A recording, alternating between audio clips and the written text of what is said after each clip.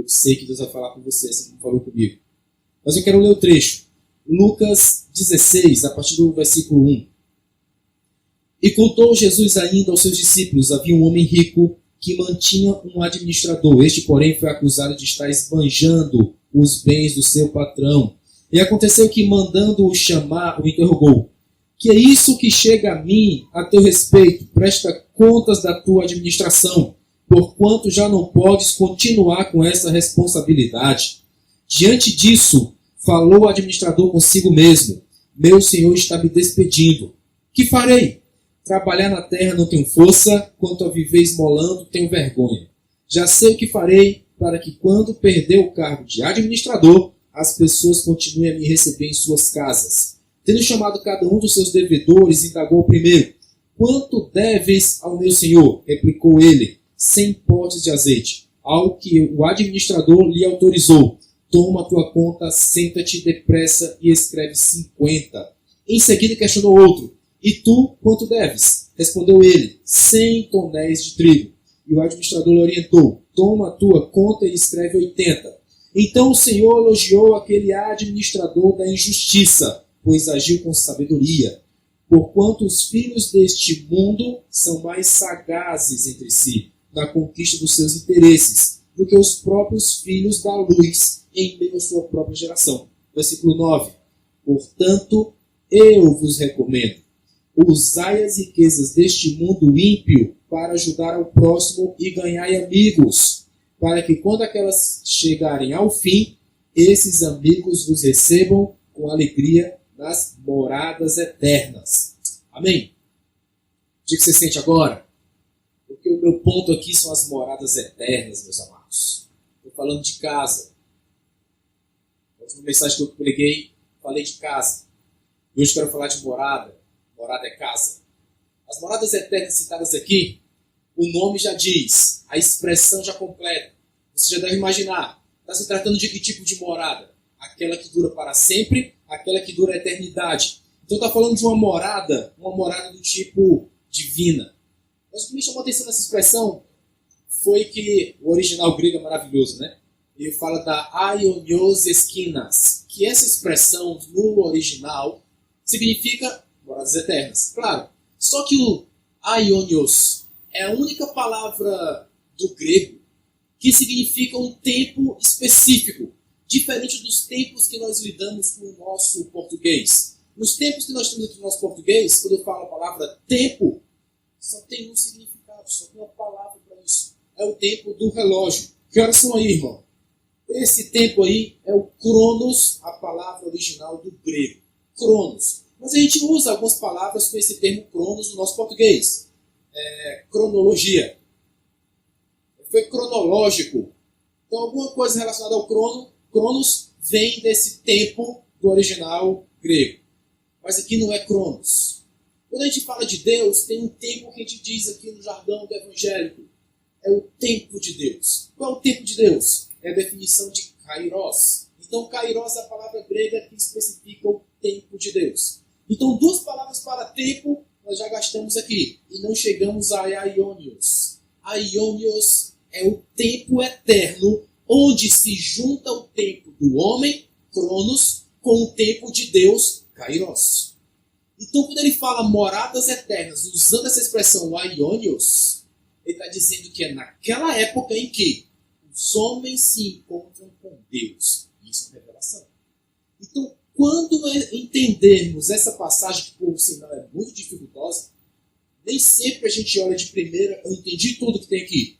Ela tem uma dificuldade. É uma parábola bem regional. É uma parábola de contexto. Se você não estiver naquele contexto, é dificultoso você pegar todo o entendimento dela. É uma parábola que a dívida era contada em tonéis de azeite. A dívida era contada em potes daquilo que estava sendo colhido. Então não é tão simplório a gente entender num contexto daquela época, um contexto judaico, um contexto rural, onde a sociedade toda se conhecia. Houve uma denúncia daquele homem. Está gastando os bens do patrão dele, desordenadamente. Eu gosto dessa expressão aqui, porque é uma expressão que a gente usa aqui no português também. Era usada naquela época. Qual era essa palavra esbanjar? era jogar tudo para cima e deixar se espalhar. A gente usa isso. E aí, como é que foi? Fez o trabalho do professor? Rapaz, sabe uma coisa? Joguei para cima. Quem nunca?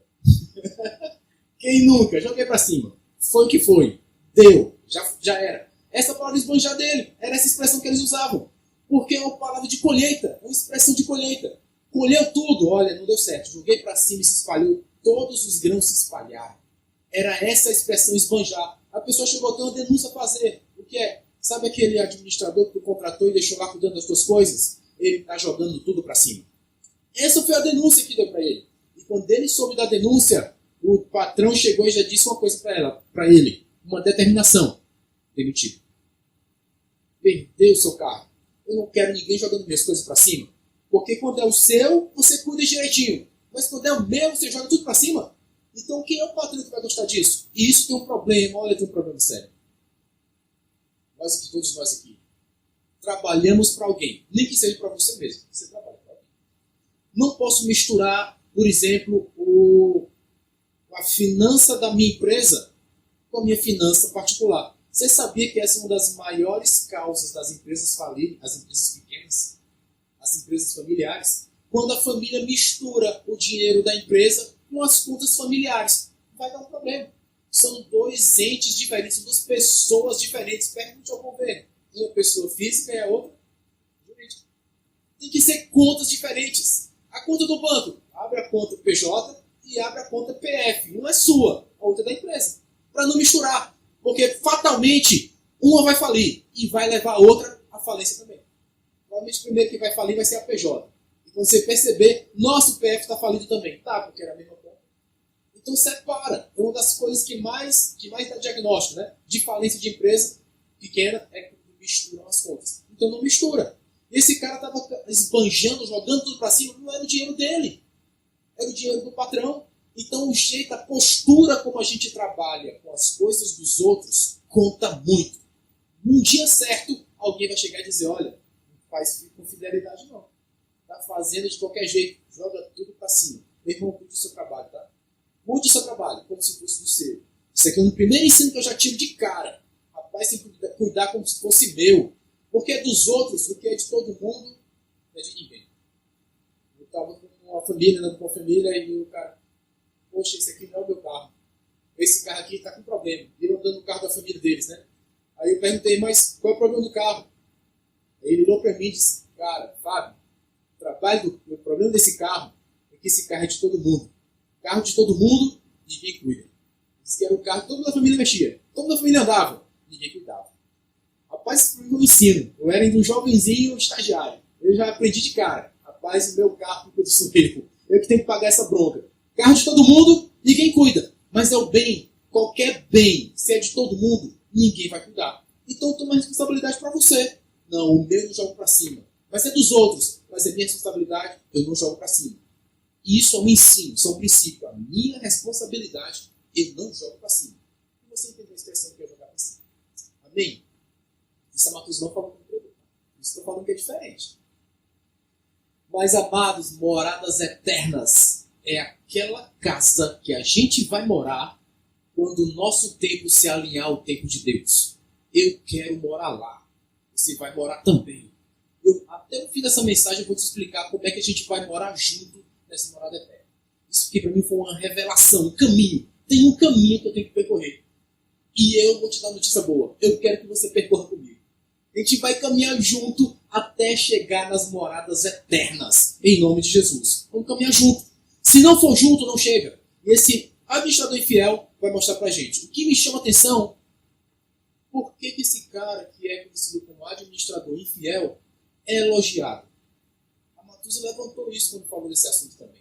Por que é elogiado? E algumas confusões acontecem, né? Alguns dizem, o Senhor o elogiou. Aí parece que é Deus que está elogiando ele. Não! A palavra aí não é o Senhor Deus elogiando ele. Jesus estava contando a parábola. E na parábola tinha um patrão, chamado também naquele contexto, Senhor. Então o patrão dele elogiou ele. O cara foi demitido. Mas qual foi a postura do demitido? Eu tenho certeza que era a sua também. Você está aqui demitido. Você está demitido. O que você faz? Eu vou trabalhar um pouco mais. Eu vou lá fazer o que eu não estava fazendo. E ele foi atrás das dívidas que ele não estava cobrando, do valor que ele não estava recolhendo. Ele, na certa, destratava todo mundo, porque cidade pequena, todo mundo sendo destratado, alguém chegou no patrão. Chegou e disse para ele, olha, o cara está fazendo errado, destrata todo mundo. Ele, meus amigos, vem aqui de novo, porque eu comecei a perceber, eu não vou conseguir trabalhar, eu não vou conseguir botar nada em ordem, eu vou pedir esmola, eu tenho vergonha. Na certa, ele tinha uma posição bem elevada na sociedade lá, né? Mas a sociedade já estava de acordo. Esse cara não está prestando, não está dando conta. E ele, quem é que vai me receber depois? Eu só criei inimizade. Então eu vou fazer o que é correto. Ele foi lá trabalhar um pouquinho mais, ajustou as contas com eles lá. Alguns autores de comentários dizem que ele estava ali com propina. Né? Então deve 100, bota 50, porque 50 era a propina dele. Eu não sei se era, tá? Ou porque o outro disse que ele devia 100, bota 80, então não sei que propina de divergência era. Mas vai que tem. Vai que era um problema. Ele queria o valor correto. Bota aí o valor 50, bota aí o valor 80. Quando o patrão viu isso, parece que o patrão aceitou. Mas era isso que eu queria. Eu queria essa administração. Eu queria essas coisas. Mas não foi a infidelidade que ele elogiou, não foi outra coisa a não ser astúcia. Essa é a palavra que eu quero que você memorize. Por vezes a gente acha que astúcia é uma palavra muito, assim, né? É uma agressão a alguém, né? Você está dizendo, esse bicho é muito astuto, porque a cobra é astuta, a serpente é astuta, né? Mas é um tipo de inteligência para dar soluções em causas difíceis. Tem que ser astuto. Astuto, sagaz, rápido. Percebeu alguma coisa errada? Dá uma solução para que fique correta. Vai lá e corrige. Foi isso que o patrão elogiou. Eu vou elogiar essa sua sagacidade. Tu percebeu a situação, foi lá e deu uma solução. E aí onde vem a virada, um clique para mim, tá? Todos nós aqui, todos nós, gente, não tem isenção, tá? Todos nós aqui, porque isso é o princípio. Todos nós somos remunerados pelo problema que nós resolvemos. Se você resolve um problema besta, você vai ser remunerado um pouquinho. Se você resolve um problema complexo, a remuneração vai ser alta. Estava conversando com um advogado, estava vendo a conversa com um advogado. O advogado disse, se me contrata no começo do caso, eu dou um preço. Mas aí os caras chegam aqui com um caso de cabeça para baixo. Cheio de problema na primeira defesa. Já foi para outra instância. Eu vou ter que cobrar mais caro, porque agora está complexo para desfazer o nó. E não é verdade? As coisas na nossa vida são assim. Se você não prestar atenção no começo, quando chega no final, meu amigo, já está enrolado. E para desfazer esse enrolo, custa mais. Vai doer. A cura é mais dolorosa. Não fez os exames de prevenção, quando chega na hora de descobrir a doença, em estágio avançado. Misericórdia, Deus te guarde disso, não aconteça. Porque vai ficar mais complexo. Vai doer mais. Então esse cara teve uma dor. Ele já estava demitido. E não tem aqui, pelo menos, um auxílio, não consegui perceber. Ele foi recontratado, você viu? Na história que Jesus fala, disse, ele foi elogiado. Tudo bem, mas e daí? Estava de novo contratado? Eu não sei. A preocupação dele é como é que eu vou ser recebido de novo? Ou como é que as pessoas vão me ver? Qual é a minha imagem diante da sociedade? Já perdi o emprego? Pelo menos restaurar a minha imagem. Porque depois queria mandar um currículo para a Ritinha, né? Dê um currículo aí, né? Pelo menos, fui elogiado, pelo menos, né? Arranja uma posição nova aí para nós. O que me chamou atenção, irmãos, é que essa parábola, ainda que uma parábola rural, quando a gente contextualiza nos nossos dias de hoje, mexe com a gente, né? Porque todo mundo aqui quer um salário, todo mundo aqui quer um ganho para se sustentar. Então mexe com a gente, né? Porque a gente se compara e diz, é verdade, pode perder hoje, as situações podem mudar, pode ser que o contrato não feche, pode ser que eu perca o salário. Acontece? Então você começa a se comparar. Jesus foi sagaz, foi perspicaz, foi astuto. Ele pega e dá uma virada no texto, né? Antes de dar uma conclusão para o cara, ninguém sabe o que aconteceu com ele, se ele foi, se a imagem dele melhorou, se ele foi recontratado, ninguém sabe. Jesus pega e vira. Vira a chave e diz, eu vou agora comparar com as moradas eternas. Como é que está a imagem de vocês nas moradas eternas? Porque esse cara fez de tudo aqui com as coisas ímpias dele, porque ele queria a imagem restaurada na sociedade. Ele queria ser recebido pelas pessoas. Mas Jesus migra e vai para o outro lado. Diz, agora vamos pensar um pouco sobre a espiritualidade. Vamos pensar um pouco como, em vez de ser recebido pelos seus amigos aqui na terra, que tratam só de negócios, tratam só de dinheiro, como será a sua recepção nas moradas eternas? Quando o seu Cronos se alinhar com o Kairos de Deus. Como será? Eu confesso, passei alguns minutos pensando, meu Deus, como será? Fui obrigado a fazer isso. Eu fiz uma comparação das negociações que eu faço com as negociações do reino. Jesus estava ensinando aqui pra gente, por que vocês não são tão espertos como esses caras que negociam? E eu fui repaginando quantas negociações eu já fiz na minha vida, quantas coisas eu já comprei, quantas coisas eu já vendi, quantas coisas eu já troquei. Então, negociações da minha vida que eu fui fazendo, e eu já participei de outras negociações empresariais. Eu tinha um chefe que ele era muito engraçado. Todo dia de manhã ele chegava, bom dia todo mundo, aí já sentava e nem ouvia a resposta, já se desligava e ia lá para trás de venda. Ele diz, a minha vida é venda, a minha vida é venda. Ele falava isso. Mas ele tinha um jargão. Se todo mundo da empresa, ele não sabe, não sei se ele vai assistir isso também, não vai saber. Todo mundo da empresa imitava, que era, ajude aí o seu amigo. É a voz que eu estou imitando. Ajude aí o seu amigo. Ele vendia desse jeito. Ele dava o preço, e aí logo que ele dava o preço, ele dizia isso. Ajude aí o seu amigo. Como se quisesse fechar a venda. E não é que ele fechava. Ele tinha amigo na cidade toda, então, né? Porque, ajude aí o seu amigo, tá fechado.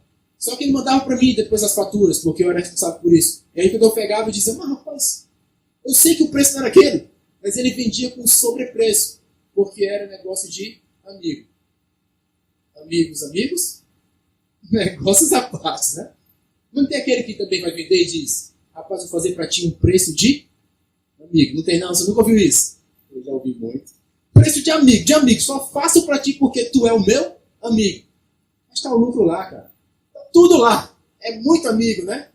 Depois se der errado, vai perguntar uma reclamação lá. Cara, a gente é amigo, né? A gente é amigo. Eu não sei o que vale mais para você. Vale mais isso, amigo, negócio à partes? Ou vale fazer o negócio de amigo? Eu não sei o que vale mais. Mas Jesus fez uma comparação aí. Moradas eternas, meus amados. Ele diz para chegar lá, tem que ter amigos. Porque a cena que Jesus descobre aí para nós ficamos vendo quando chegarmos na morada eterna, nós vamos ser recebidos por amigos. É o que tem hoje. Faça de tudo, sagazmente, de forma inteligente, para ganhar amigos que vão te receber nas moradas eternas. É esse o meu ponto. Se eu ganho vocês como amigos no reino, quando eu chegar nas moradas eternas, vocês vão estar lá. Pense na alegria. Eu vou ficar muito alegre. Porque eu vou chegar e vou ser recebido por vocês. Gente, que maravilha! Outras pessoas que nem aqui estão, mas vão chegar lá. E quando chegar lá, vão dizer, rapaz, que alegria te ver aqui, nas moradas eternas. Jesus explicou para nós aqui como será a recepção das moradas eternas. Mas ele botou um preço a pagar. Mas não é assim não, você tem que negociar. E aqui onde vinha uma dor. Ah, meu Deus. Esse cara fez de tudo. Ele estava demitido. Não tinha mais salário garantido. Já estava envergonhado. O que foi que ele fez? Ele investiu mais um pouco. Se ele ia ganhar propina, já não ia mais. Se ele ia ganhar algum lucro em cima, já não ia mais. Se ele tinha algum salário, também não tinha mais. Então o que ele fez? Vou trabalhar. Vou trabalhar sem ninguém me pagar. Voluntariamente ele foi lá e fez tudo. Aquele dia que eu ia ganhar, não quero mais não. Bota só o que é justo. Deixa eu pagar o meu patrão. Mas você não vai ganhar mais nada com isso. Nada. Mas bota aí. Bota 80, bota 50. O patrão. Aí, gostei. Foi inteligente, né? Investiu tudo que você tinha para ver se mudava a recepção nas casas. Isso aqui é difícil, tá? É difícil. Mas eu quero que você entenda. translitera para o mundo espiritual. Precisa alguém te pagar para você fazer amizades que vão valer na eternidade. Não precisa pagar nada. É a hora que você diz, sabe os recursos que eu tenho? Eu vou doar para poder fazer amigos que me recebam com alegria nas moradas eternas. Esse é o valor que Jesus Cristo queria implementar aqui. E, gente, isso aqui é muito sério. Isso é muito lindo. Porque ele estava falando dessa parábola para os discípulos dele. Mas tinha um bocado de gente ouvindo. Inclusive os fariseus. Me acompanhe no versículo 14 do mesmo capítulo. Lê comigo o versículo 14 e o versículo 15. Para a gente entender a questão de valor que temos na nossa vida. Os fariseus, versículo 14. Os fariseus, conhecidos por sua avareza, escutavam tudo isso e procuravam ridicularizar Jesus. Ele, no entanto, lhes admoestou: vós sois os que justificais a vós mesmos à vista das pessoas. Todavia Deus conhece o vosso coração, pois aquilo que as pessoas atribuem grande valor é detestável aos olhos de Deus. O que é que eu entendo aqui, irmãos? Ele começou fazendo uma comparação com o trabalho, com o empresariado, com a administração dos recursos. E depois ele foi dar uma paulada na cabeça dos fariseus. Vocês é que têm essa mania de valorizar mais essas coisas. 100 potes disso, 80 tonéis daquilo. Vocês é que gostam de valorizar essas coisas. Fique sabendo, que paulada, viu? Fique sabendo que esse seu saláriozinho é detestável para Deus. Isso é muito forte. Isso é fortíssimo. Isso é forte porque eu sei o quanto custa sustentar minha casa. Eu sei o quanto custa eu ir atrás dos ganhos para poder sustentar minha família. Eu sei. Mas se eu valorizar mais isso do que o reino, aí Deus olha para mim e diz: Fábio, isso é detestável. Era essa paulada que Jesus estava dando na cabeça deles e também deu na minha. Espero que tenha dado na sua também. Porque isso é um ensino muito forte daquilo que a gente considera mais na nossa vida. Eu vejo gente que considera tanto hobby. Qual é o seu hobby? Qual é o hobby de vocês? Aquilo que você não está fazendo nada, porque eu vou fazer meu hobby. Eu vejo gente que considera tanto o hobby dele. Eu vejo gente que considera tanto que às vezes troca o hobby por dinheiro. Troca a família pelo hobby. Troca a paz para fazer o hobby. Eu vi um cara que o hobby dele era fazer aviãozinho que voa. E ele perdeu a família fazendo isso. Porque a família não aguentava mais. Era todo fim de semana. Passou a ser toda sexta, sábado e domingo. Passou a ser quinta, sexta, sábado e domingo. Perdeu o emprego. Perdeu a família. Ninguém via mais o cara. Era só avião, que é um avião, que é um avião, que é um avião. A hélice do aeromodelo dele estourou. Veio voando. Bateu no olho. Perdeu o olho também. Meu Deus, cara. Vai perder o que mais? Mas o hobby. É o meu hobby. Cara, é o meu hobby. Como aquele cara que chegou pro chefe e disse: quero ver o Corinthians no Japão. Não, que é isso? Pois não me demita, mas eu vou. Perde o emprego, mas é o meu hobby. Não tem gente que faz isso não. Você não conhece pelo menos uma pessoa que faz isso não? Pescar. Eu amo pescar. O cara passa a semana toda fora. O chefe pergunta: cadê? Foi pescar. Porque eu amo pescar. Estava na época do Tucunaré, eu fui lá. Que isso, meu irmão? Não tem gente que faz isso? O hobby. Investe recurso. Porque quero isso. Já pensou no final ouvir isso? É detestável. Eu não quero ouvir esse tipo de coisa. Não quero. Se tem um hobby que eu posso te dizer, é igreja. Eu gosto de vir para cá. Eu gosto de pregar. Eu gosto de estudar a palavra. Eu gosto de ler a Bíblia. Eu gosto de orar. O meu hobby, se alguém pode dizer qual é o hobby, bote esse aí. Que para mim é esse. No final, eu não quero ouvir Deus dizer que é detestável. Isso me chama atenção para isso. Que é onde eu finalizo. Tem gente que destina muitos recursos para os seus hobbies. E nós destinamos nossos recursos para quê? Isso me fez pensar muito. Meu recurso é destinado para quê? Jesus me ensina isso, né? Tem que ser destinado a receber a gratidão. Nem todo mundo é grato. Eu sei disso também. A experiência tem me ensinado. Você faz tudo pela pessoa. Ela recebe tudo e não agradece nada. E no final ainda diz para você, fez o que quis. Diz isso, tem gente que diz isso. Esfrega na sua cara, fez o que quis. Ou então fez porque queria. Era o seu jeito, era o seu trabalho, era isso que você queria fazer. É ingratidão. Lê comigo o versículo 10, por favor. Do mesmo capítulo 16. Jesus chamando a investir na gratidão. Versículo 10. Quem é fiel no pouco, também é fiel no muito. E quem é desonesto no pouco, também é desonesto no muito. Versículo 11. Assim, se vós não fores justos em lidar com as riquezas deste mundo ímpio, quem vos confiará a verdadeira riqueza? Se, portanto, não vos tornastes dignos de confiança em relação ao que é dos outros, quem vos dará o que é vosso? Nenhum servo pode devotar-se a dois senhores, pois odiará um e amará outro, ou dedicar-se-á a um e desprezará o outro. Jamais podereis servir a Deus e ao dinheiro. Em algumas traduções tem o nome grego, mamon, ou mamona. Não é a frutinha mamona, tá? É porque o grego é assim. Isso aqui me apoia na minha ideia. Não dá para dividir. Não é, eu tenho que cuidar das minhas coisas e também investir tudo isso aqui, e também investir tudo isso acolá. Diz, não dá para servir duas coisas. Não dá para servir a dois senhores. Não dá para ser infiel a um e fiel a outro. Vai ser fiel só a um. Se for fiel a um, vai ser fiel a outro.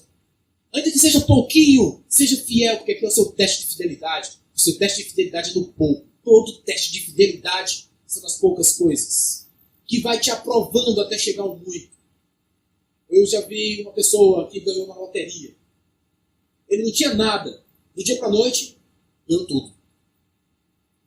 Foi tão rápido, tão abrupto, que não sabia o que fazer com tudo. Ele não tinha nada, ganhou tudo, perdeu tudo, voltou a ter nada. Não sabe fazer. Não foi sendo aprovado em níveis.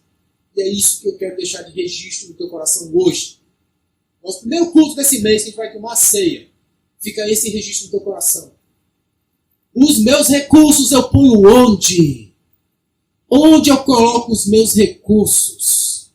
Onde é detestável? Onde é fiel? Não dá para servir a dois senhores. Ou serve a Deus, ou serve ao seu dinheiro. Então pega o seu dinheiro e vai servir a Deus. Meu Deus, que ensino.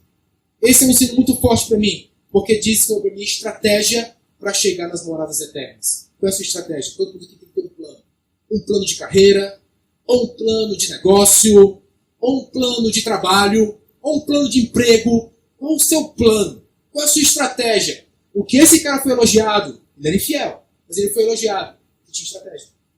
Ele tem uma estratégia. Você quer chegar onde? Essa estratégia.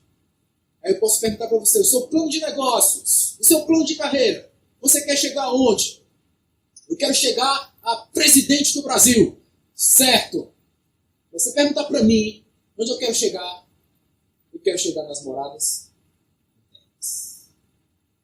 Os meus recursos eu invisto para ganhar amigos que vão me receber nas moradas eternas. Esse é o meu hobby. Eu queria muito dizer isso para ti, para que isso fique no teu coração também. Amado, eu sustento minha casa. Eu sustento minha família. Mas nenhum de outros vocês sabem. Eu penso no meu futuro. Mas os meus recursos têm um destino. Me levar para as moradas eternas. É por isso que eu ando em fidelidade. É isso que eu busco. Não dá para servir a Deus e a mamon? Eu vou servir a Deus. Porque eu quero a alegria de ser recepcionado por vocês lá nas moradas eternas. Vai ser uma recepção junto, né? Um com o outro, né? Eu vou te recepcionar também. Se eu for teu amigo. Nós somos amigos juntos nessa jornada. Eu vou te recepcionar. Você vai me recepcionar. Vai ser um agarrado, né? Vai se agarrar de alegria, irmão. A gente vai estar chegando nas moradas eternas. Eu entendo essa palavra.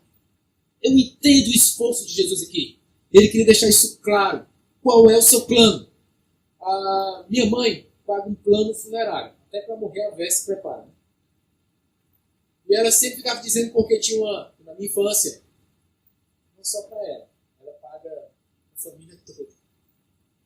Segundo ela, até o meu túmulo tem lá, tá? O seu está guardado, está aqui, está pago. Tinha uma propaganda que passava na TV, na minha infância, que o cara oferecia planos funerários. Estava construindo mais 2 cemitérios enormes lá em Fortaleza. Hoje tem vaga, se você quiser também. Tão cedo, não quero. Mas tem vaga lá no cemitério, o cara fazia propaganda, apresentava o cemitério, o plano funerário. Aí no final ele dizia o jargão. Para você não ficar devendo quando morrer e a sua família ficar preocupada. Faça o plano funerário. De susto, você não morre.